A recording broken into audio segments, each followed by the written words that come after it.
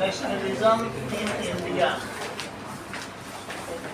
वैसे हम लोगों ने नेशनलिज्म इन यूरोप पढ़ लिया है, फ्रेंच रेवोल्यूशन को जो बचा हुआ हिस्सा था 9 के आगे का वो पूरा किया। नेशनलिज्म इन यूरोप में लगभग 4-5 देशों का पढ़ लिया है, लेकिन चूंकि भारत हमारा देश है इसलिए भारत में राष्ट्रवाद हम अलग तरीके से पढ़ेंगे।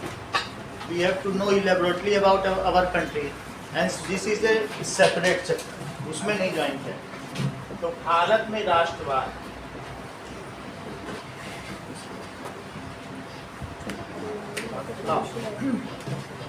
so the modern nationalism in Europe was associated with nation states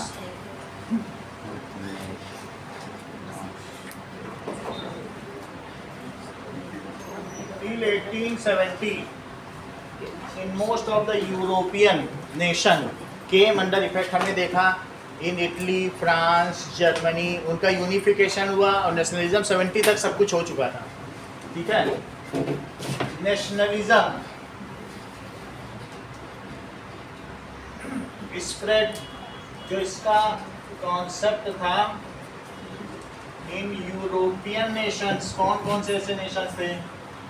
जैसे फ्रांस तो सबसे पहला ही नेशन था, इटली, और इसके अलावा यूएसए में भी फैल गया, क्योंकि जब वो कॉलोनियल रूल से आज़ाद कराया तो उसके बाद से उसका शुरू हो गया था नेशनलिज्म। इसके अलावा जर्मनी, ग्रीक, पोलैंड, तो वो नेशन बन चुके थे। ठीक है, और साथ में यूरोप की बात की जा रही है तो और यूके भी है, that is great Britain, United kingdom, United kingdom. इतनी बात now they have created their national songs, national emblems, allegory, उन्होंने अपनी अपनी राष्ट्रमाता बनाई। ये सब उन्होंने क्रिएट किया जिससे कि लोगों में एक कॉमन कल्चर, कॉमन एथिक्स के बारे में प्रेम जागृत हो सके। जैसे कि जर्मन की जर्मेनिया थी, फ्रांस की मैरियानी थी, तो वैसे भारत में भी अब भारत माता बनाई जानी थी ना। तो इसके लिए बंकिम चंद्र चट्टोपाध्याय ने जो बात लिखी है, लेकिन ऐसा किए जाने लगा। सो डिफरेंट नेशन, उन्होंने क्या किया, पब्लिश्ड देयर कॉमन एथिक्स, जो कॉमन एथिक्स थी, साझा कल्चर था। इसके अलावा फॉक लोर्स की वदंतियां, लोक कथाएं, ये सब भी हुई, दैट इज फॉक लोर। इसके अलावा क्या क्या था, that is symbols, national symbols create किए गए, national symbols, एलिगरीज were made, and national flag of every country came into picture. Flag of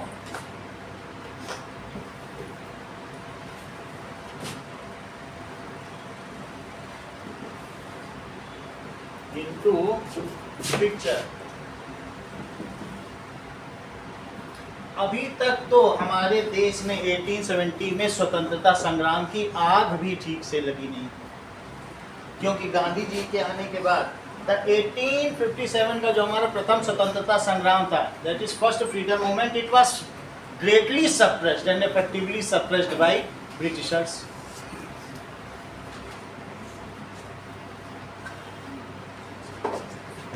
1857 से पहले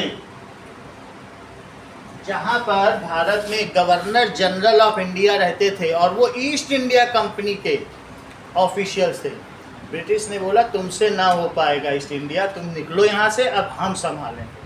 और उसके बाद उसने वायस राय बना। 57 से पहले गवर्नर जनरल ऑफ इंडिया थे और उनके अंडर में 7 गवर्नर्स थे, क्योंकि हमारे पास 7 प्रोविंसेस थी। जो पहला हमारा राष्ट्रीय प्रतीक आया था, राष्ट्रीय झंडा, उसमें 8 कमल दिखाए गए हैं। Awadh province, Madras province, Bombay province, Surat province, इस तरीके से देखा जाए तो 8 प्रोविंस थी, तो 8 कमल दिखाए गए, वो सब इसी चैप्टर में ना।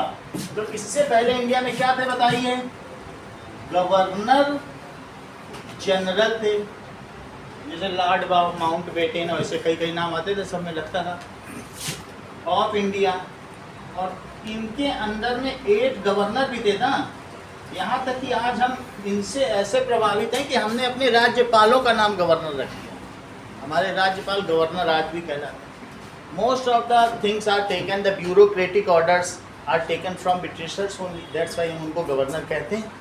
लेकिन बाद में ये कब हो गया बताइए? द फर्स्ट फ्रीडम मूवमेंट के बाद, दैट इज वाइस रॉय हो गए। वो बात समझ आ गई? And now the power of ये governing power came into the hands of royal imperials and the British parliament. वहाँ ब्रिटिश पार्लियामेंट बन चुकी है, हम लोगों ने देखा था कि वहाँ उनकी ट्रीटी साइन हो चुकी थी, दैट इज स्कॉटलैंड, आयरलैंड और वेल्स। 3 ही सब तो थे, इंग्लैंड, आयरलैंड, वेल्स और स्कॉटलैंड। 4 लोग मिले थे कि नहीं? और वहाँ पर सबको यूनिफाई कर दिया था, तो उन सबको मिलके वो ग्रेट ब्रिटेन बन गया। वहाँ पर मोनार्की थी, उसकी इज्जत थी, कुछ पावर इंपीरियल के हाथ पे थी और पार्लियामेंट भी चल रही थी। तो power came under the hand of, आप चाहे इंपीरियल्स बोल दें क्योंकि मुख्य वही, power came in hands of British imperial. और उसके पहले किसके हाथ में थी? The power was in hand of east India company. Power in hands of, अभी भी ईस्ट इंडिया कंपनी वहाँ चॉकलेट बनाती है, अभी पूरी तरह से मीठी नहीं।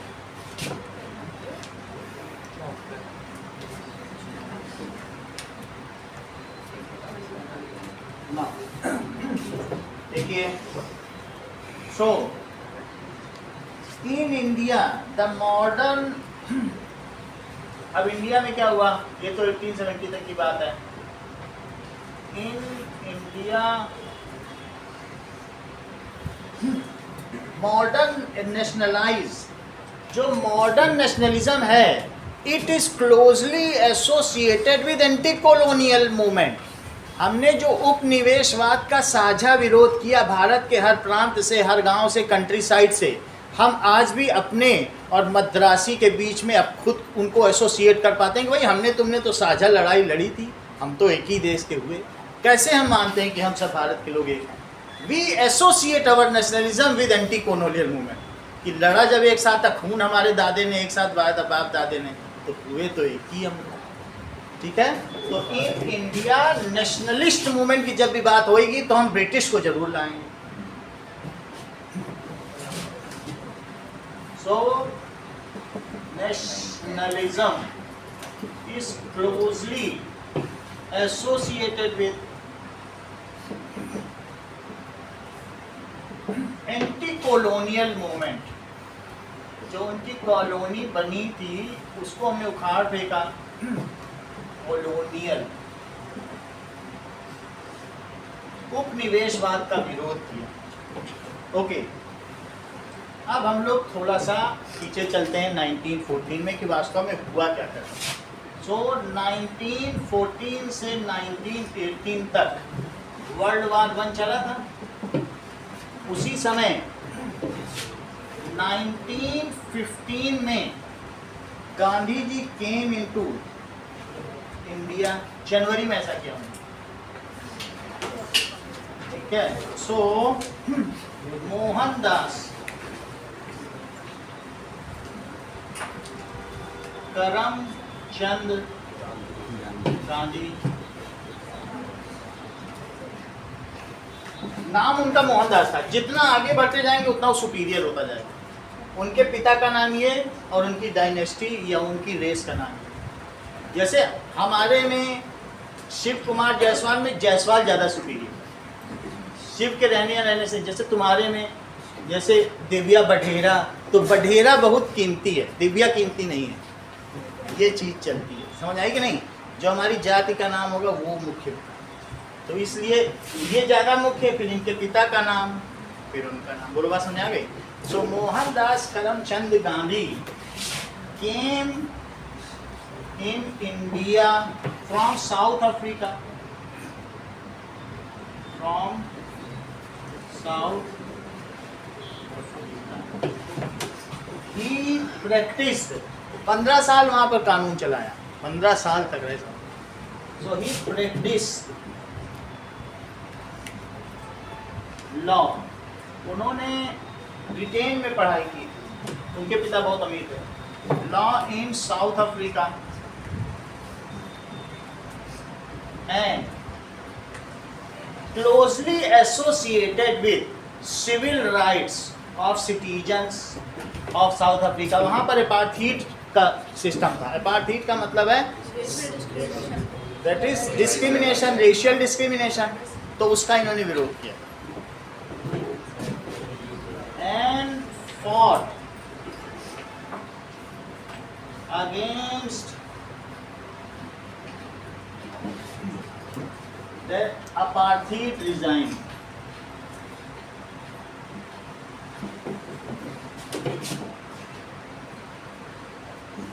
तो he became successful, वहाँ पर वो सफल रहे।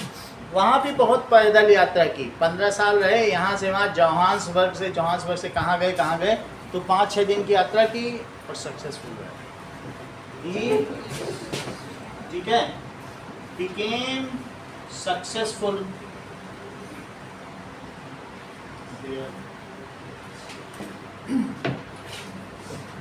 अब देखो आगे की बात की जाए।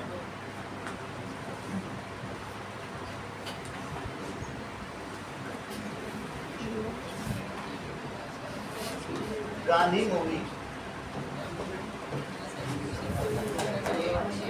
ये देखो, तो यहाँ तक की बात हो गई है। अब ये वहाँ की बात है, साउथ अफ्रीका। ये देखो,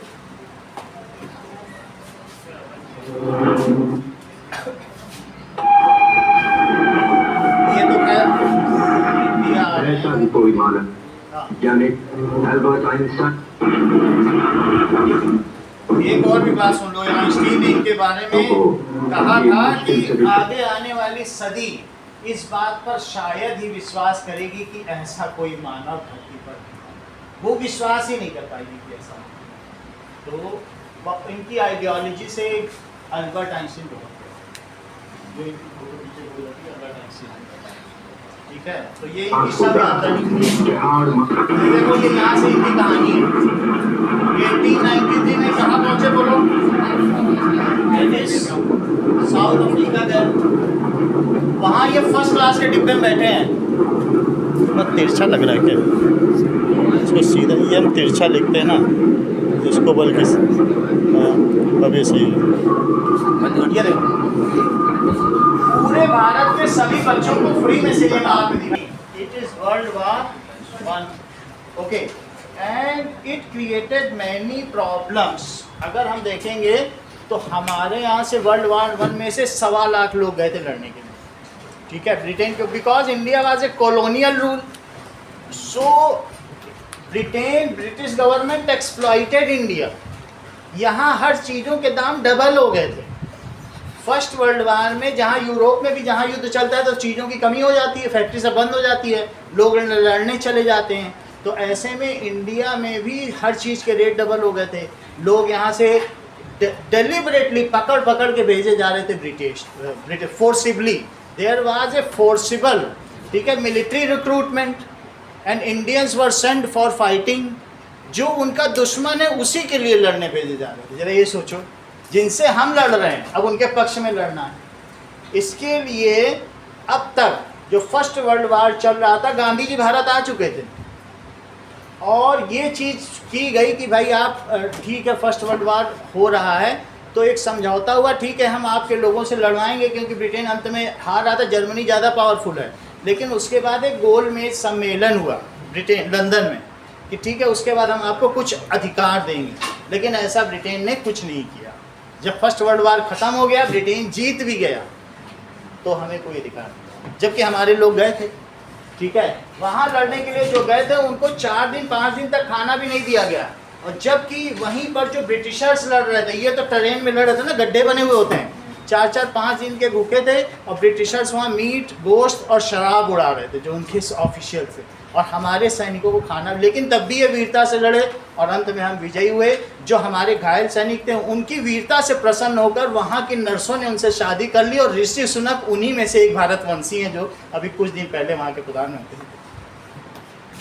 मोस्टली जो वहाँ थी नर्सेज उन्होंने शादी कर ली, और वहाँ 20% अभी इंडियंस ही हैं, और उन्होंने बहुत अच्छी अच्छी पोजीशन से पाई।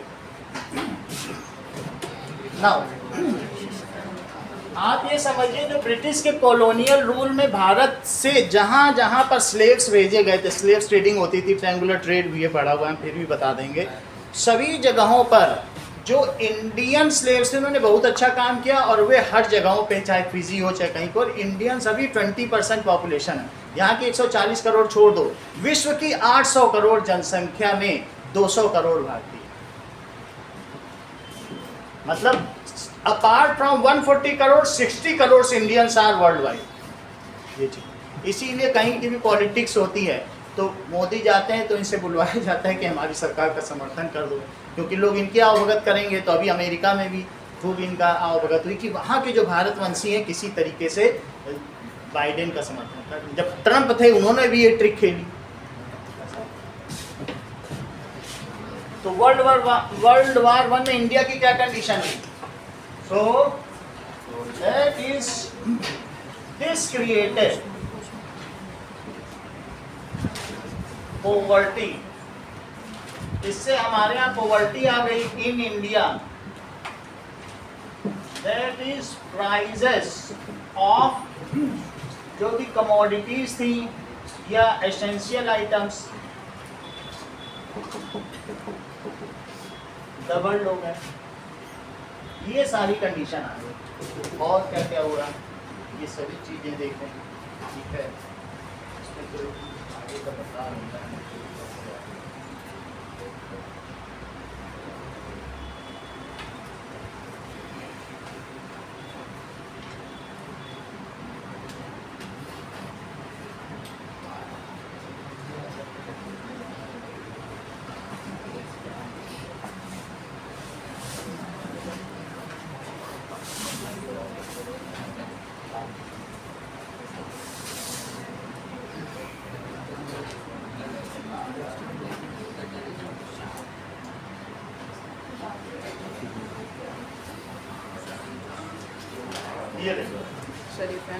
ये बहनों और भाइयों, आपको यहाँ इसलिए बुलाया गया है कि आप और हम मिलकर ये मांग करें कि इस राज्य में हमें बराबर का नागरिक माना जाए।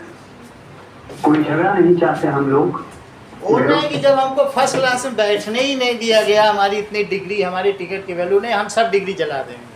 और ये डिग्री ब्रिटिश नहीं दी थी, बोले हमें कोई डिग्री नहीं चाहिए।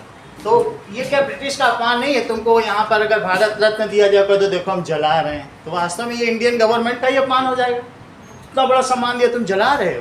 तो इन्होंने वही किया। उनकी ताकत का हम लोगों को बहुत अच्छी तरह अंदाजा है, इसलिए हम उनके खिलाफ केवल सही शांतिपूर्ण तरीके अपनाएं और ये निश्चित है कि न्याय हमें अवश्य मिले। हमारी सामाजिक हैसियत का सबूत है ये पास, जो हमेशा साथ रखना पड़ता है। पास रखना पड़ता है पार्टी डिजाइन में जाने के लिए कहीं भी। हुकूमत से अपना ये हक हासिल करने के लिए सबसे पहले ये भेदभाव मिटाना होगा। जिसको पास है वो गोरे लोगों के एरिया में जा सकता है, ये बहुत सम्मान की चीज मानी जाती थी। लिखते तो बहुत अच्छा हो पर लोगों में जोश तो करो पैदा। हम नहीं चाहते कि डर या नफरत की आग भड़काए, पर ये इल्तिजा है हिंदुओं से, मुस्लिम और सिखों से कि सामने आए और हमारा साथ दें ताकि ब्रिटिश हुक्मरानों को अकल आए। कांग्रेस पार्टी साउथ अफ्रीका सबके साथ कांग्रेस का मतलब है कांग्रीगेशन। आइए आगे अपने यानी संगठन जो कमेटी से हमें मिले थे। अपार्थाइड रिजाइम है, हमें ऐसा पास क्या करना, हमें पास ही नहीं चाहिए। तो पास नहीं चाहिए तो फिर ब्रिटिश उनके गोरों क्या नौकरी कौन करेगा, उनके अस्तबल में घोड़े कौन साफ करेगा, पास से ही तो लोग जाते थे, तो लोग कहेंगे ठीक है हम पास नहीं जाएंगे, हम तुम्हारे नौकरी करने नहीं आएंगे, हमें पास ही नहीं चाहिए।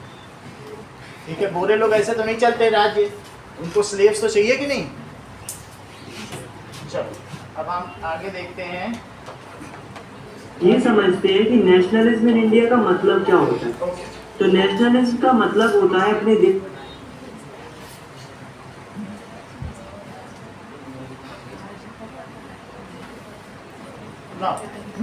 देखिए कुछ चीजें हमें और समझ लेनी चाहिए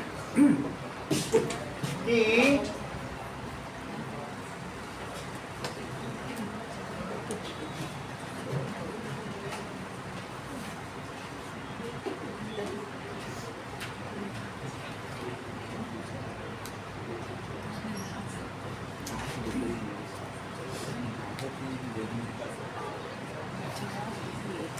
अब ये बात देखो कि जो यहाँ पर जर्मनी था, ठीक है,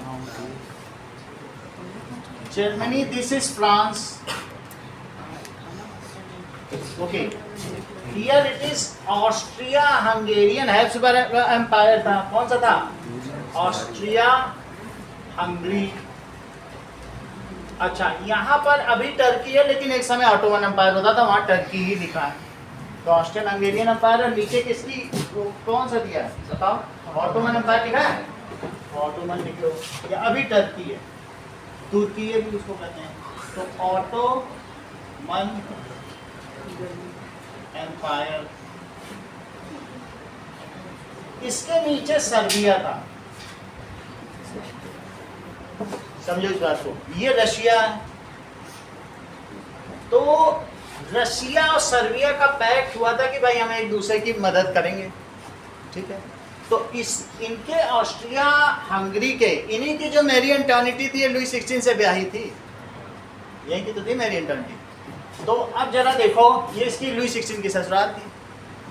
अब यहाँ के जो नए डायनेस्टी रूलर थे, प्रिंस, अपनी वाइफ के साथ नई शादी हुई थी, ओपन बग्घी में यहाँ पहुँचे घूमने के लिए। हाँ, और सर्बिया पे इन्होंने ये क्या कर रखा था, बोलो? सर्बिया पे कब्जा कर रखा था, लेकिन सर्बिया के लोग उसे आज़ाद कराना चाहते थे। तो जो मैं फर्स्ट वर्ल्ड वॉर क्यों हुआ उसकी आपको खबर देता हूँ। That is shooting of Austrian Prince in Serbia.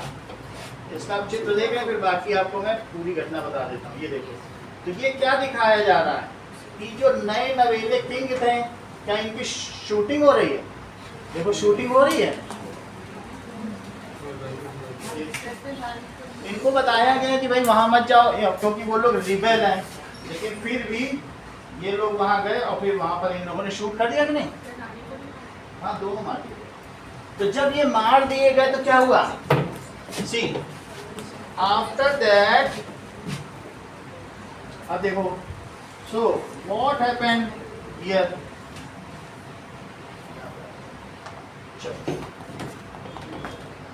इसकी इससे संधि थी।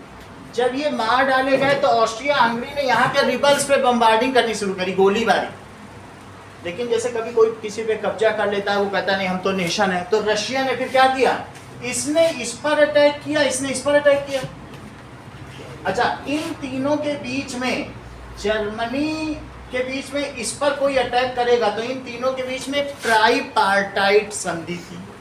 तीन देशों के बीच कौन सी संधि होती है? गुप्त संधि थी। It was a secret treaty. जब इस पे आक्रमण हो गया तो इसने क्या किया? इसके साथ हाथ मिला लिया और इसने भी इसके साथ हाथ मिला लिया। इनका मतलब एक साथ हो गया। अब ये तीनों क्या कहलाए? धुरी शक्तियां, दैट इज एक्सिस पावर। तो एक्सिस पावर में कौन कौन है वहां पढ़ लो। तो अभी नहीं दिखा रहे हैं, कोई बात नहीं, अभी पढ़ लो। और इसी कौन कौन से है बताओ? सेंट्रल पावर है धुरी शक्तियां, दैट इज जर्मनी और ऑस्ट्रिया हंगेरियन, हंगरी, ऑटोमन और ऑटोमन बोल दो या तुर्की। ऑटोमन एम्पायर में सुल्तान होता था, वहां का राजा, और एक रिलीजियस लीडर होता था जिसे खलीफेट कहते थे। क्या कहते थे? खलीफेट। लेकिन भारतीय लोग इसे खलीफा कहते थे। क्या कहते थे? खलीफा। खलीफट, खलीफट है, लेकिन यहाँ के लोग अभी बोलते हैं तुम कहीं का खलीफा हो क्या? इसका मतलब क्या किसी मुस्लिम राज्य के तुम धार्मिक लीडर हो? कोई बड़ा टेढ़ा मेढ़ा काम कर खलीफा बनते हो ज़्यादा, बोलते हैं कि नहीं बोलते हैं? तो ये खलीफा इसी से आया। इसकी बात सारे लोग मानते थे, जितने मुस्लिम वर्ल्ड थे इसकी बात मानते थे। तो ये तीन तुम्हें पता चल गया। और यहाँ कौन होता था खलीफा? ये कौन सी शक्तियाँ थी बोलो? क्या ये धुरी शक्तियाँ थी? धुरी शक्तियों का क्या मतलब होता है? That is central power. जैसे किसी पहिए में धुरी होती है और सब लोग उसके पीछे पड़ के उसको मार देते हैं, धुरी का मतलब एक्सिस होती है, तो इसलिए इसका नाम क्या पड़ा? एक्सिस पावर, पहिए की एक्सिस। तो इसे सेंट्रल पावर का क्या वहां लिखा भी है। अच्छा, दूसरी कौन सी होती है? Allied power. उसमें कौन कौन से थे?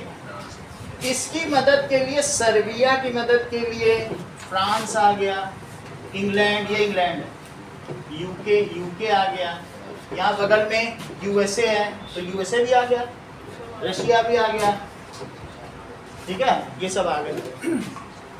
तो कौन कौन आया बताइए? इंग्लैंड, फ्रांस, और कौन आया? रशिया।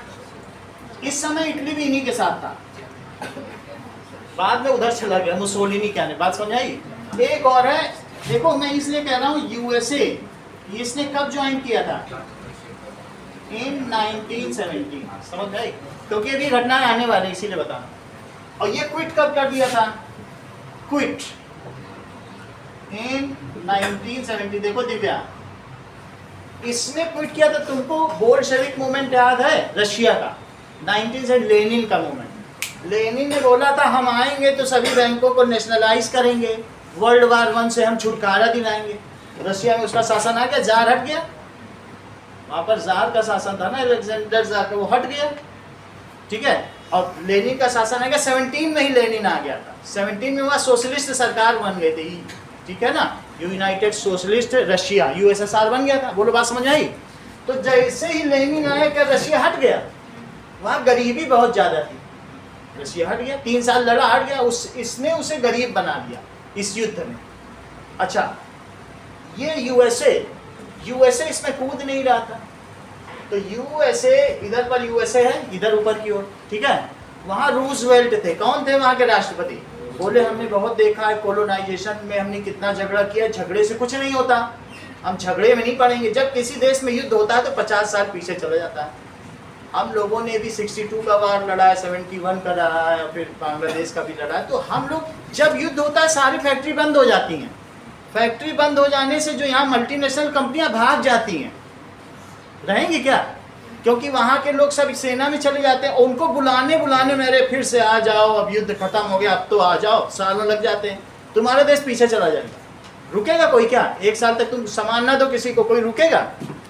एक युद्ध में 50 साल पीछे जाता है। अगर हमने 3 युद्ध न लड़े होते आज हम सुपर पावर होते। सिर्फ 3 युद्धों की वजह से हम पीछे रहे।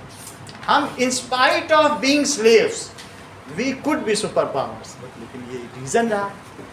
अच्छा, अब बात क्या बताई, जरा ध्यान दीजिए। मैं ये कह रहा हूं कि यहाँ पर अटलांटिक ओशन है, अटलांटिक ओशन में जर्मनी ने बम्बार्डिंग की और ब्रिटेन के 1200 सैनिक एक शिप में मार डाले। उन्हीं 1200 सैनिकों में इसके 120 सैनिक थे यूएसए, यही ना यूएसए के 120 सैनिक थे। लेकिन Roosevelt managed to tell his own natives, ठीक है हम देखेंगे।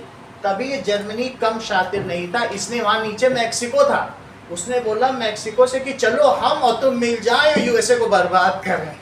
इतना करने के बाद यूएसए लड़ भी नहीं रहा, मैक्सिको से क्या बोला, यूएसए को बर्बाद कर। तब तक इन 3 सालों में यूएसए ने इतना सामान अपने आप क्या किया, प्रोड्यूस किया, इन सबको किया, तुम्हें चाहिए, इनको भी देता रहा, इनको भी, और पैसा बनाया मोटा।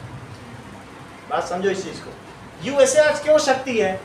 क्योंकि उसने क्या किया, इस वर्ल्ड वार 1 का फायदा उठाया। एक तो वो अलग कंटिनेंट, उसकी जमीन पे युद्ध लड़ा नहीं गया कभी भी, वो यहाँ आके लड़ता, अपनी जमीन पे युद्ध नहीं लड़ता था, इसकी कोई उस पर कभी एक भी बम गिरा ही नहीं कभी आज तक। बात समझ आई कि ये तो बड़ी सफलता है। और वो बच के सेकंड वर्ल्ड वार में भी वो बस 6 महीने के लिए आता है और सब बम गिरा के हिरोशिमा नागासाकी में ये जज्ब भी देखा है वक्त की नजरों ने कि लम्हों ने खता की और सदियों ने सजा पाई। वो लम्हे ही थे जब बम गिरे थे, और आज इतने साल बाद भी वहाँ बच्चे अपंग पैदा हो रहे हैं, सदियों ने सजा पाई। बोलो बात समझ आई? तो मेरा कहने का मतलब है यूएसए ने कब ज्वाइन किया? 1 साल पहले, ठीक है। तो जब ये लास्ट क्या हुआ बताइए, यहां तक बात हो गई। In world war 1 allied power सहयोगी शक्तियां जीत गई। उन्होंने इस पे बहुत प्रतिबंध लगाया। तुम्हें मालूम है वाइमर रिपब्लिक पे कितने प्रतिबंध लगाए, 90 साल तक वार रिपेरेशन देना पड़ा। टर्की में क्या किया? बोला खलीफा तुम्हारी पावर खत्म। खलीफा की सब शक्तियां चलती थी जहां जहां मुसलमान थे। तो यहाँ के जो शौकत अली और कौन से अली थे? 2 अली थे ना, मोहम्मद अली। इन दोनों ने कहा हमारे खलीफा को ऐसा ऐसा कर दिया बिना मतलब। यहाँ के लोग इन्होंने खिलाफत आंदोलन छेड़ दिया इस खलीफा के, जिनको कभी ने देखा ना कुछ किया। गांधी जी ने कहा अरे तुम वहाँ कहाँ कर रहे हो, आओ हमारे अम्ब्रेला के नीचे। हम भी तो यहाँ कर रहे हैं असहयोग का खिलाफत, असहयोग खिलाफ। जो कहीं भी लड़ता मिला अपनी ही छाते के अंदर ले लिया, और वो मूवमेंट कहलाया नेशनल मूवमेंट। बोलो बात समझ में आ गई कि क्या चीज़ हुई? तो वर्ल्ड वार 1 का लिंक आपको समझ आएगा, ठीक है कि नहीं? चल अब आगे की बात देखो। इसमें एक इंटरेस्टिंग बात आप ये भी देखते हैं कि जापान भी है।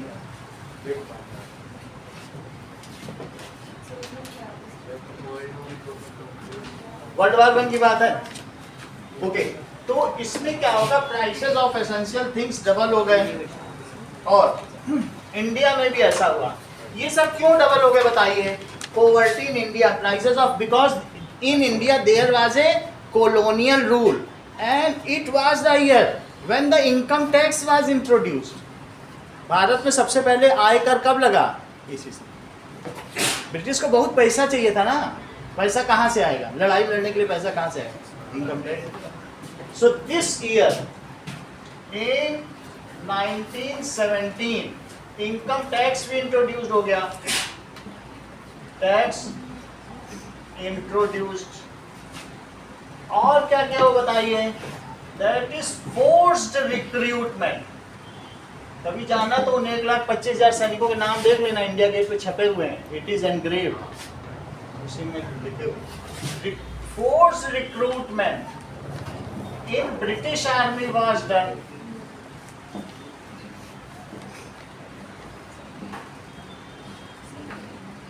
ये सारा काम हुआ। अब जरा देखो, तो भारत में तो गरीबी आने लगी, और हम ब्रिटिशर्स की कॉलोनी थे, इसलिए इस वॉर का इम्पैक्ट हमारा। तो अब ये देखो ब्रिटिश की कॉलोनी होने की वजह से क्या क्या इम्पैक्ट हुआ, इस चीज़ को हम लोग देख लें और वो सारे पॉइंट लिख लें। ये देखो, तो डिफेंस एक्सपेंडिचर हम लोगों ने क्या किया कि कस्टम ड्यूटी बढ़ा दी, इनकम टैक्स बढ़ा दिया, डबल हो गए प्राइसेस के दाम, और क्या क्या हुआ, बहुत सारी प्रॉब्लम। एक और भी रीज़न रहा कि हमारे 2 साल में हमारी भी बदकिस्मती थी कि 18, 19 और 2021 की फसलें हमारी 2 बर्बाद हो गई, बारिश ही नहीं हुई भारत। ऑल्सो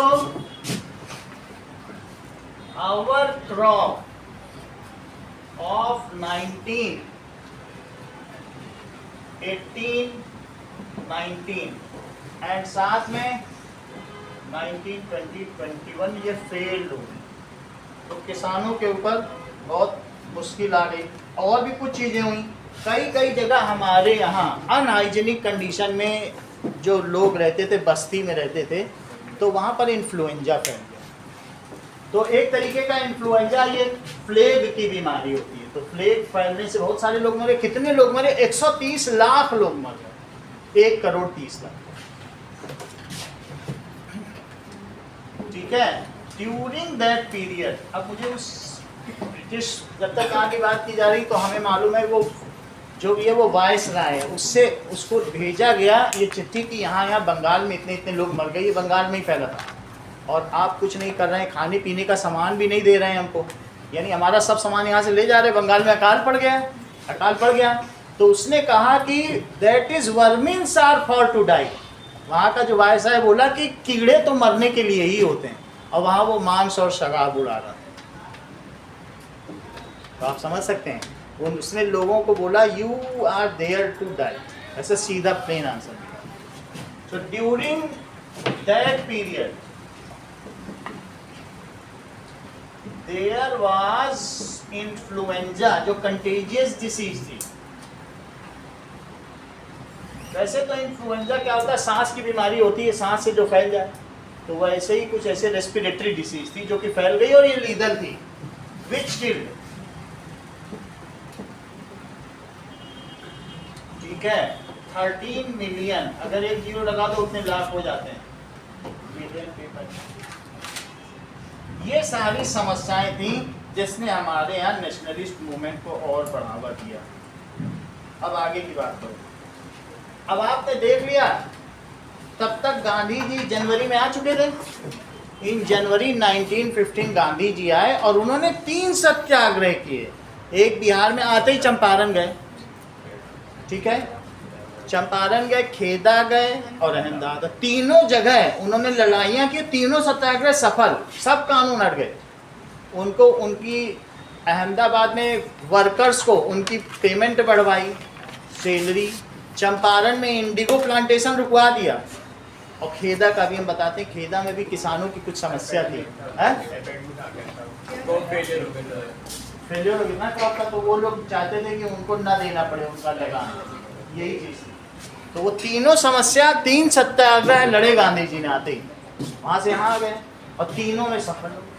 तो अब कहानी कहाँ के आगे बताइए, that is the idea of Satyagraha.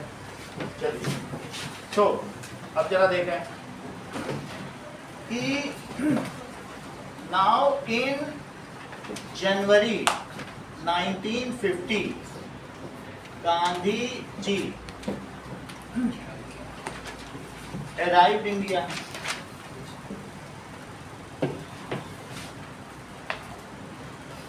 And Gandhi ji believed in non-violence and truth. He believed in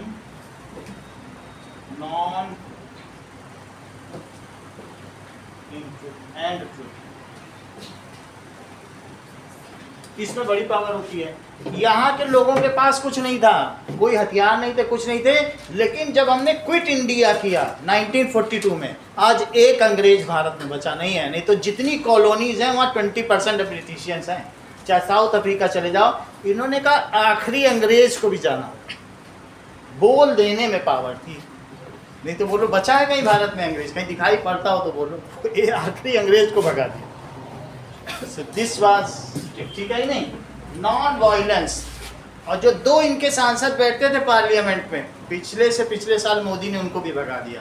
पहले 545 सीट्स हुआ करती थी, ब्रिटेन ने कहा उसने हमें आज़ादी थोड़ी ना दी है, 90 साल पर लीज पर दी है इंडिपेंडेंस, और कहता 90 साल हो जाएंगे फिर तुम ब्रिटिश के गुलाम हो जाओगे। लेकिन एक शक्तिशाली देश कभी ऐसा होता है कि किसी का गुलाम हो? अब तो विश्व बहुत आगे बढ़ चुका है और ब्रिटेन खुद भी अभी स्ट्रगल कर रहा है। उनके यहाँ जो इस्लामीकरण हो गया, उनकी 60% पॉपुलेशन अब मुस्लिम हो चुकी है, वो कंजर्वेटिव है, वो जगह जगह आग लगाती हैं उनकी दुकानों में। पहले उन्होंने बोला हम ओपन हार्टेड हैं, हम तो शरण देते हैं, जब आ गए वो इस्लाम तो वो मल्टीप्लाई करने लगे, बढ़ने लगे अपनी संख्या में, और बढ़ते बढ़ते 60%। अब वो खुद ही अपने यहाँ रेडिकल इस्लामीजाइज की रोज़ परेशान है। आपने देखा होगा ब्रिटेन में कितने दंगे हुए, समझ में आ गई बात? तो नाउ इसकी वजह से क्या हुआ, बिलीव इन नॉन वायलेंस। तो आगे बात देखिए, गांधी जी ऑर्गेनाइज्ड 3 मूवमेंट, इन तीनों मूवमेंट को देखो। होते the great man of India की, यानी कि महात्मा गांधी जी। गांधी जी साउथ अफ्रीका से इंडिया आते हैं और एक आइडिया लेकर आते हैं जिसका नाम था सत्याग्रह। ये आइडिया था नॉन वायलेंस का, यानी कि अहिंसा का। गांधी जी कहते थे कि हमें जो भी लड़ाई लड़नी है उसे हम प्रेम से लड़ेंगे, बिना किसी अस्त्र का इस्तेमाल किए, सत्य की राह पर चलकर और शांतिपूर्ण तरीके से। मतलब इनका काम था सत्य का आग्रह। We should insist truth until we die. हमें सत्य का आग्रह करना, सत्य पर अड़े रहना है, लेकिन सामने वाले से प्रेम भी करना। वो गलत है, पाप से घृणा करो, पापी से नहीं। वो पापी होगा, उसका पाप गलत है, लेकिन वो गलत नहीं है, ऐसा वो सबको बताते थे। ये चीज़ कोई समझ ही नहीं पाया, अंग्रेजी नहीं समझ पाए कि हम इनसे लड़े तो कैसे लड़ें। 1-2 जगह उसने गलती भी की, उसने 1919 का जलियांवाला कांड कर दिया, पूरे विश्व में उसकी बदनामी हुई कि देखो निहत्तों को गोली चला दी। उसको समझ में ही नहीं आ रहा था, इनसे काउंटर ही नहीं कर पा रहा था। घोड़े चढ़ने से इनकार कर देते थे, जब घोड़े लेके वो आता था तो लोग झुक जाते थे। अब घोड़े आदमी पे चढ़ जाएंगे क्या? ये सारी चीज़ें समझ में आई। तो नॉन वायलेंस की पावर वर्ल्ड ने पहली बार देखी थी। ये पहली तरीके का हथियार था जो किसी ने अभी तक इस्तेमाल ही नहीं किया था। अगर लड़ता, हम लोगों ने 2 गोली मार दी होती तो वो 40 मार देता। सिर्फ 200 लोगों को ही तो हमास ने उठाया था, उसने पूरी हमास पे पटरी चला दी। तो लोग फिर भी अभी भी हमास को, एक आप देख रहे हो ना इजराइल का वार चल रहा, उसने 200 लोगों को उठाया था और 10-15 औरतों का रेप कर दिया था। लेकिन इजराइल घुसा और लाखों लोगों की पूरी बस्ती पाट दी टैंक से, इतने बम बरसाए। अब अगला नंबर लेबनान का लगाया। तो तुम समझे, अगर तुमने एक गोली मार दी तो ब्रिटिश को मौका मिल जाएगा कहने का ना, यही गोली मारते मारो इंडियंस को, दुनिया कुछ ना बोलती। लेकिन जब तुम ऐसे जो जलसा मनाने आए हैं वहाँ पर अमृतसर में बैसाखी का पर्व, उनको मार रहे हो, तो फिर क्या होगा? समझ में आई बात कि नहीं? तो this was a alien movement, बिल्कुल ये एक तरीके का नया हथियार। अब आगे का देखो, आइडिया ऑफ सत्याग्रह। गांधी जी ने इंडिया आने से पहले साउथ अफ्रीका में 1906 में अपना सबसे पहला सत्याग्रह आंदोलन ऑर्गेनाइज किया था, जो कि साउथ अफ्रीका के रेसिज्म सिस्टम के खिलाफ था। गांधी जी का यह आंदोलन सफल रहा था और उनके इस नए आइडिया की वजह से उन्हें साउथ अफ्रीका में खूब पॉपुलैरिटी मिली थी। और फिर जब वो इंडिया आए तो उन्होंने भारत में भी 3 अलग अलग जगहों पर सत्याग्रह आंदोलन स्टार्ट किए। चलो अब उन तीनों आंदोलन को देखें। एक खेदा का था, एक चंपारण का था और एक अहमदाबाद। सो गांधी जी आते ही उन्होंने 3 ट्रेन यात्राएं करी। So he has gone to Kheda. Gandhi ji started Satyagraha.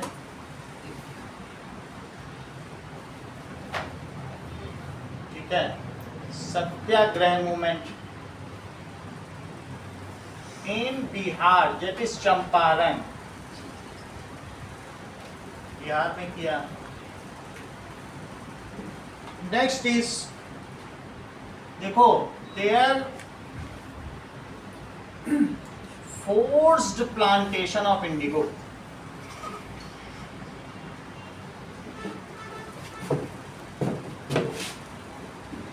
Indigo was carried out by Britishers। और वो उनको कुछ खास नहीं देते थे। नील बनाने में इतना ज़्यादा हेक्टिक है, 8 घंटे पानी में खड़ा होना होता है तब नील बनती है। आप लोगों ने देखा होगा, या 9th में पूरा डिटेल्ड चैप्टर ऐसा पड़ा हुआ है। 8-8 घंटे पानी में पैर से चलाना पड़ता है तब वो नील निकलती है। उसकी जड़ों में होती है नील की। एक बार नील की खेती हो जाती है। नील किस लिए इस्तेमाल होती है? कपड़ों को रंगने के लिए। यहीं से कॉटन ले जाके वहाँ कपड़े बनाते थे, उसके कलर के लिए इस्तेमाल करते थे। जिस जगह नील की खेती हो जाती है वहाँ राइस होती ही नहीं, वो इनफर्टाइल कर देगी जमीन, और उसके बदले में किसानों को कुछ खास पैसा मिलता नहीं था। तो ये बहुत हेक्टिक थी, कुछ मार्जिन भी नहीं था। सो इसलिए there force plantation of indigo was carried out, ठीक है, बाय फार्मर्स। तो गांधी जी ने क्या किया? It was stop by Gandhi ji due to satyagraha. कैसे स्टॉप हो गई? Stopped by Gandhi ji. एक वहां से ट्रिब्यूनल आया कि भाई यहाँ देखो कैसे है, तो किसानों ने बताया ऐसी बुरी बुरी दशा। और तब तक विश्व में सिंथेटिक डाई का भी आविष्कार हो चुका था। तो लोगों ने कहा अब जब ये केमिकल डाई बनी तो ये जमीन से क्यों हुआ? लेकिन फिर भी आंदोलन तो सफल रहा, ये माना गया। सेकंड आंदोलन कहाँ पर हुआ? सो सेकंड वाज इन खेदा का। देखो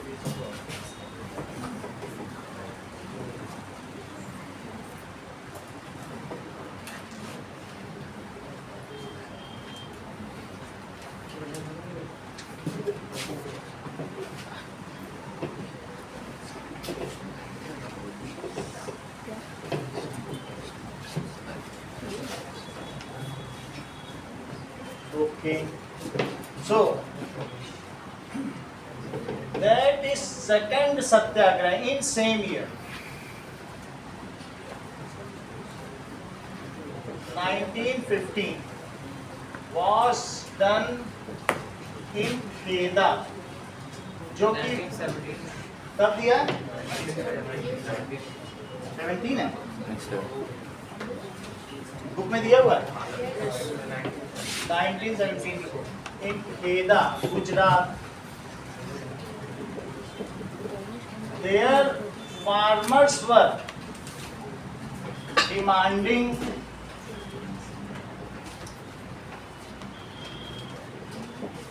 to write off their जो भी रेवेन्यू होता है, यानी उनके रेवेन्यू को खत्म करने के लिए, टू राइट ऑफ यानी माफ करना, their revenue due to crop failure. This ये जो स्ट्रगल था सत्याग्रह was also successful.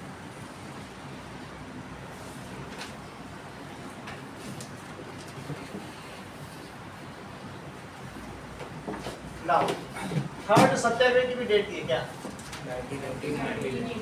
18 है। थर्ड सत्याग्रह 1918, इसको भी कंफर्म करो ये कब है यार वाला है 17 है, ये नोट करो फिर से। Champaran 1917 was in Ahmedabad Gujarat. So in cotton mill, जो कॉटन मिल वर्कर्स थे वो किस बात की डिमांड कर रहे थे, were demanding for increase in wages and decrease in working hours.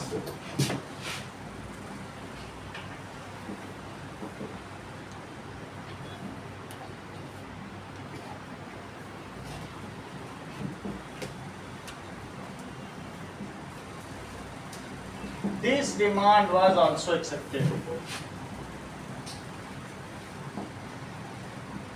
लेकिन ये लोकल सत्याग्रह थे, गांधी जी इसे नेशनल मूवमेंट तक लाना चाहते थे, तो आगे क्या किया जाए। और शांतिपूर्ण तरीके से गांधी जी ने इंडिया आने से पहले साउथ अफ्रीका में 1906 में अपना सबसे पहला सत्याग्रह आंदोलन ऑर्गेनाइज किया था, जो कि 3 अलग अलग जगहों पर सत्याग्रह आंदोलन स्टार्ट किए। तो भारत के अंदर गांधी जी ने सबसे पहला सत्याग्रह आंदोलन 1917 में स्टार्ट किया था, जो कि था चंपारण बिहार में। तो ये लॉन्च किया गया था इंडिगो फार्मर्स के लिए। उस समय पर क्या हो रहा था कि जो ब्रिटिशर्स थे वो इन फार्मर्स को फोर्स करते थे इंडिगो की फसल उगाने के लिए, यानी कि नील की फसल उगाने के लिए। और जहाँ कहीं भी ये फसल उगाई जाती थी वो ज़मीन बंजर हो जाती थी। ऊपर से जो ब्रिटिशर्स थे वो इन किसानों को पैसे भी कम दे रहे थे, मतलब एक तो किसानों की ज़मीन भी खराब हो रही थी, ऊपर से उन्हें पैसे भी कम मिल रहे थे। तो इस बात से जो किसान थे वो परेशान थे। तो यहाँ पर गांधी जी क्या करते हैं, सारे किसानों को इंस्पायर करते हैं और मिलकर स्ट्रगल करते हैं और आवाज़ उठाते हैं इस प्लांटेशन सिस्टम के खिलाफ। तो यहाँ पर सक्सेस मिलने के बाद 1917 में ही गांधी जी जाते हैं गुजरात के खेड़ा डिस्ट्रिक्ट में। वहाँ पर वो देखते हैं कि यहाँ पर भी किसानों की कंडीशन खराब है। वहाँ के किसानों के साथ क्या हो रहा था कि उनकी जो फसलें थी वो खराब हो गई थी और एक प्लग नाम की बीमारी भी फैल रही थी वहाँ पर, जिस वजह से जो किसान थे वो टैक्स या रेवेन्यू नहीं दे पा रहे थे ब्रिटिश गवर्नमेंट का। तो गांधी जी इन फार्मर्स को सपोर्ट करते हैं और लॉन्च करते हैं अपना दूसरा सत्याग्रह और डिमांड करते हैं रिलैक्सेशन की। तो गांधी जी का जो दूसरा सत्याग्रह था वो भी सक्सेसफुल रहता है और जो किसानों का टैक्स या रेवेन्यू था वो भी माफ़ हो जाता है। इसके बाद 1918 में गांधी जी जाते हैं अहमदाबाद। अहमदाबाद में क्या हो रहा था कि जो वहाँ के वर्कर्स थे उनको बहुत ही कम वेजेस मिलती थी, यानी कि उनको बहुत कम पैसा मिलता था। तो जो वर्कर्स थे वो परेशान थे क्योंकि चीज़ों के दाम बढ़ रहे थे, इसलिए जो वर्कर्स थे वो थोड़े ज़्यादा वेजेस की डिमांड कर रहे थे। तो इसके लिए जो गांधी जी थे वो उनके सपोर्ट के लिए वो अपना तीसरा सत्याग्रह आंदोलन लॉन्च करते हैं और मांग करते हैं उनकी वेजेस बढ़ाने के लिए। तो ये मूवमेंट भी सक्सेसफुल रहता है। तो 3 इन्होंने मूवमेंट कर लिए वेजेस के लिए। तो अब जरा देखें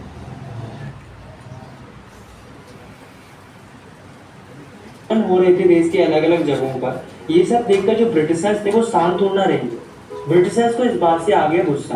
ब्रिटिशर्स ने क्या किया कि एक लॉ पास कर दिया जिसका नाम था रॉलेट एक्ट। अब अब इसके बाद क्या हुआ कि जब जगह जगह प्रदर्शन हो रहे थे तो एक लॉ आ गया। रॉलेट एक्ट का क्या मतलब है कि एक ऐसा एक्ट आया, रॉलेट उसके जज का या जस्टिस का नाम होगा, कि जिसमें कोई भी प्रदर्शन करेगा उसको बिना किसी ट्रायल के 2 साल जेल के अंदर रख दो।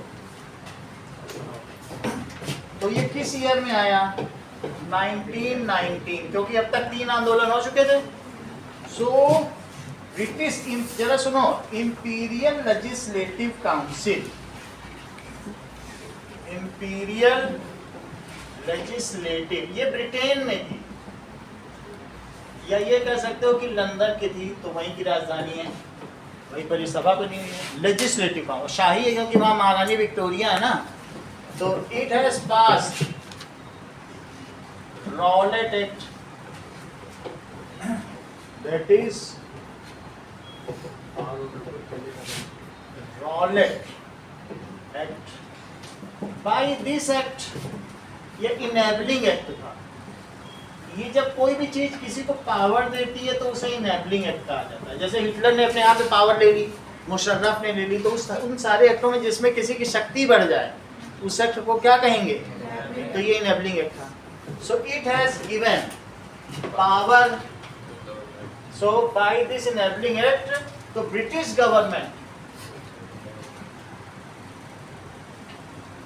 इन इंडिया हैज गॉट पावर, बहुत ज्यादा पावर मिल रही है। अभी तुमने ये बात वहां भी बताई थी कि वहां भी क्या वैसा ही तो ब्रिटिश ने किया था कि जेल में डाल देंगे, तो क्या डाल देंगे, ऐसे वहां भी क्या था, साउथ अफ्रीका वही पावर यहाँ भी आ, क्योंकि सेम ही गवर्नमेंट तो हर जगह चल रही है। तो in India has enormous power to put behind bar for 2 years to any politician who is involved, ठीक है, to any person involved in political activity। Political activity कोई ना करे, उनका ये कहना है। राजनीति तो करनी ही नहीं है, ठीक है। तो क्या लिखा है, इससे क्या हो गया बताइए? To those who are involved in revolutionary, इन्होंने कहा रिवोल्यूशनरी एक्टिविटी, कोई दंगा फसाद नहीं करे, who are involved in revolutionary activity and that is too without trial, बिना ट्रायल के तुम्हारे खिलाफ मुकदमा नहीं होगा, चलो 2 साल अंदर हो, ऐसे तो सब क्रिपल्ड हो जाएंगे। who are involved in revolution activity, this is too without trial। ऐसा एक पीरियड लेके आ गए, वहाँ की संसद ने पास कर दिया कि यहाँ पर बहुत ज़्यादा हो रहा है, तो ये सारी चीज़ें यहाँ पर की गई। अब देखो, whoever is suspected by British government, जिसको सस्पेक्ट कर देती थी, तो गांधी जी ने इसका विरोध किया, ये सही लॉ नहीं था। ओके, अब जरा चेक करो कि गांधी जी ने सत्याग्रह तो चल रहा था, किसी भी चीज का आग्रह, ऐसा नहीं कि सत्याग्रह किसी चीज के लिए, कोई गलत कर रहा है तुम सत्य का आग्रह कर दो, यही सत्याग्रह है। ये गलत कर रहे थे, तो अब ये गांधी जी लॉन्च्ड सत्याग्रह, तो उस चीज, किसी चीज सच बात बताना ही सत्याग्रह है। ये नहीं कि कोई मूवमेंट नहीं है, तुम किसी को क्या बोलने जा रहे हो, क्या सच बोलने जा रहे हो, ऐसा कोई सच थोड़ी जो बोल दोगे। जो गलत करा उसको बोलो, ए भाई तुम गलत करे, ये रॉलेट एक्ट अच्छा नहीं, इसे वापस ले लो। वो मारेगा, भैया ले लो आप, और मारेगा तो कहेंगे कि एक गाल पर मारे तो दूसरा गाल कर, ये चीज थी ना। तो यहाँ पर Gandhi ji launch satyagraha, when there comes some issue then Gandhi ji launches satyagraha, ये बात तुम्हें समझनी है। तो यही इसीलिए लिखा है गांधी जी लॉन्च सत्याग्रह, लिखा है कि नहीं, गांधी जी अब सत्याग्रह कर दिया। 2 नाउ गांधी जी लॉन्च्ड सत्याग्रह,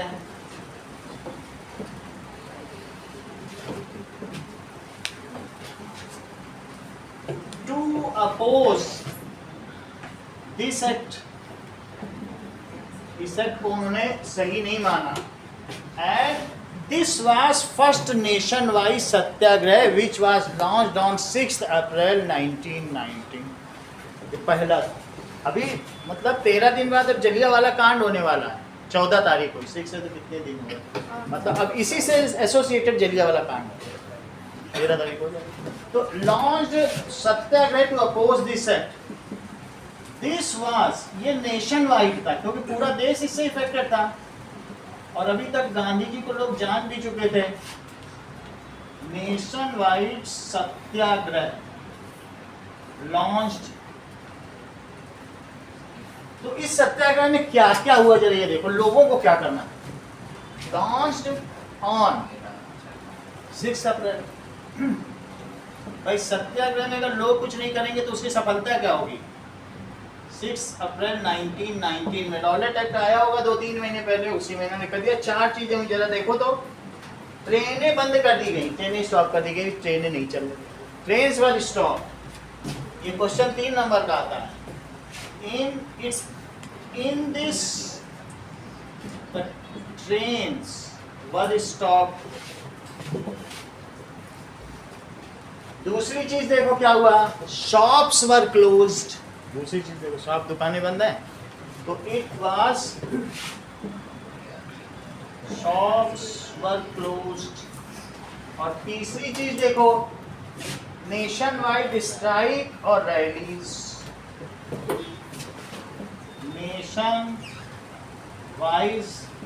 नेशन वाइड पूरे देश में स्ट्राइक्स हुई, हड़ताल हुई, जो जहां जहां काम कर रहा था। एंड रैलीज वर ऑर्गेनाइज्ड, प्रदर्शन किए गए।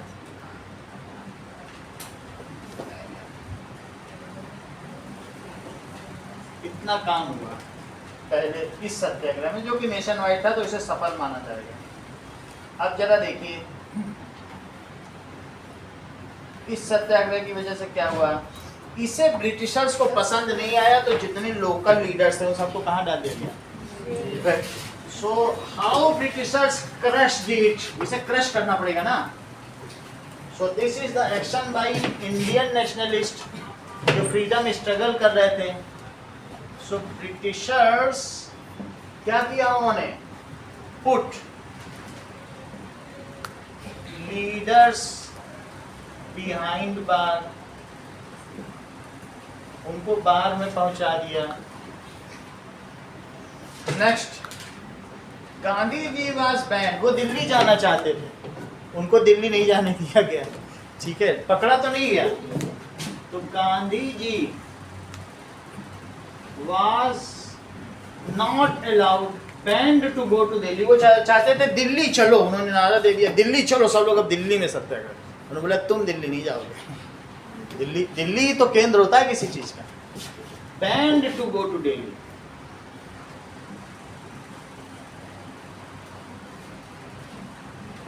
और नेता सब अंदर डाल दिए गए। इसका जरा असर अमृतसर पर देखिए, वहीं पे जलियांवाला है, तो वहां पर the police in Amritsar, people ने क्या किया बताइए, लोगों ने वहां पर 10 या 11 तारीख को प्रदर्शन किया।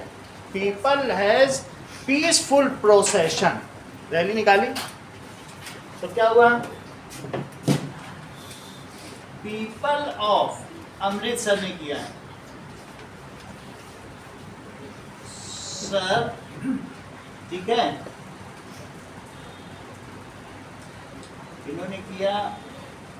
रैली निकालने को क्या कहते हैं, प्रोसेशन को क्या कहते हैं, आगे वर्ब क्या लगाएंगे, verb came out for peaceful procession, वो बाहर निकले फॉर पीसफुल प्रोसेशन। अब जरा चेक करो, वहां की जो गवर्नमेंट थी, पंजाब प्रोविंस की गवर्नर रहता होगा ना, उस टाइम पे गोलियां चल रही थी। सो दे हैव ओपन्ड फायर, देखो प्रोसेशन निकल रहा है। और प्रोसेशन के बाद क्या हुआ कि ठीक है, तो गवर्नमेंट ऑफ पंजाब प्रोविंस, वो पंजाब में आता है ना, तो Punjab province ordered to open fire on them। तो जब ऐसा होगा तो अब ये प्रदर्शन उग्र हो गए। नाउ देयर वर, अब क्या हुआ बताइए, people were furious, they attacked on bank, they attacked on that is government institutions, they attacked on police station, सब जगह कर दिया। देखो नीचे पोस्ट ऑफिस, उन्होंने उन पे गोली मारी, तो लोग क्या बैठे रहेंगे? अभी तो वो इतने गांधी जी तो नहीं हो रहे हैं कि गोली खा के बैठ जाएं, उन्होंने सब जगह हमले कर दिए, ठीक है कि नहीं? सो पीपल वर फ्यूरियस, वो गुस्सा हो गया, युद्ध हो गए। They attack on banks, police station. Divya, इसके आगे क्या होने वाला है बताओ? एक लाइन बता दो इसके आगे, ये करेक्ट बता दो, ये हर चीज जानते हैं। That is railway. जैसा कि शिव शर्मा ने हम लोगों को बताया कि फिर मार्शल लॉ लग गया, बहुत बड़ी बात बताई है नहीं? अब उससे क्या हुआ, जब लोग ऐसा कर रहे हैं, मार्शल लॉ क्या होता है कि अब वहाँ गवर्नर नहीं रह गई, वहाँ का मार्शल था जनरल डायर। प्रेसिडेंट रूल समझते हो कि सारी कमान अब सेना के हाथ में आ गई, सरकार के हाथ ही में नहीं रह गया। सो गवर्नमेंट डिसमेंटल्ड, वो जो वहाँ की गवर्नर थी वो सबको कर दिया। Martial law was imposed. कहाँ पे इम्पोज कर दिया गया?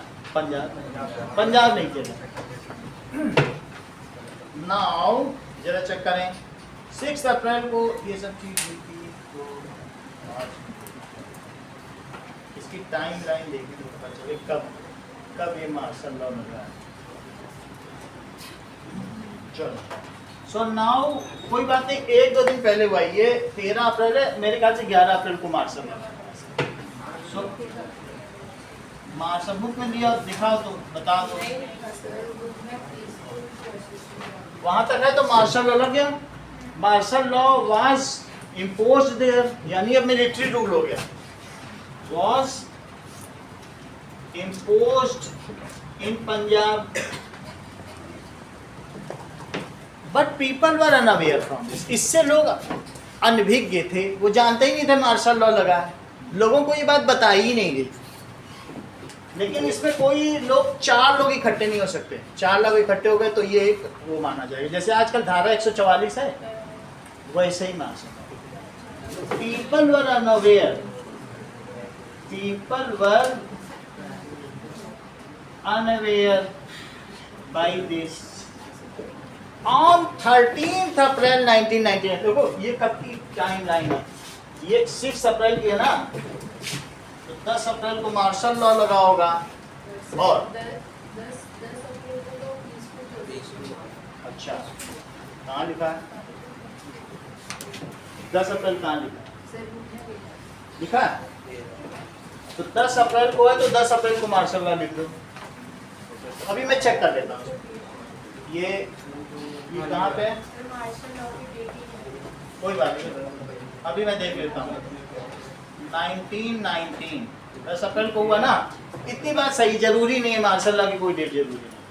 पीपल अनविक इसी के बीच में लग गया होगा, एक दिन इधर एक दिन उधर, एक ही दिन का फर्क है। 11 को लगा होगा, 10 को नहीं लगा होगा तो 11 को लगा होगा। अब जरा देखिए, दे केम आउट ऑन 13 अप्रैल 1919 को for the festival of Baisakhi in Jallianwala Bagh, वो गैदर हुए। सो दैट इज 13 अप्रैल 1919, जो वहाँ के पंजाबी लोगों के लिए टॉप मोस्ट फेस्टिवल है। फसल कटती है तो सबके हाथ में अनाज या पैसा आता है, मेला मनाते हैं। तो पीपल गैदर्ड इन जलियांवाला बाग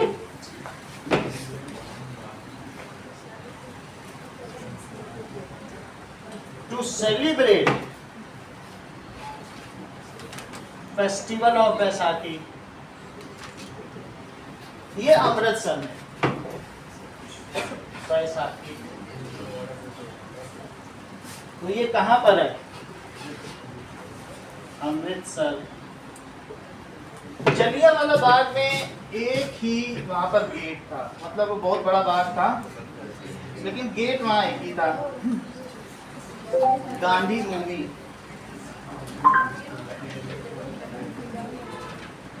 एक सिलेंडर के अखबार आ गए थे, डेली मैंने बड़ी नुकसानी की है, लिखा है मिस्टर गांधी का पक्का। हाँ, इसको घर नहीं कहूँगा मैं।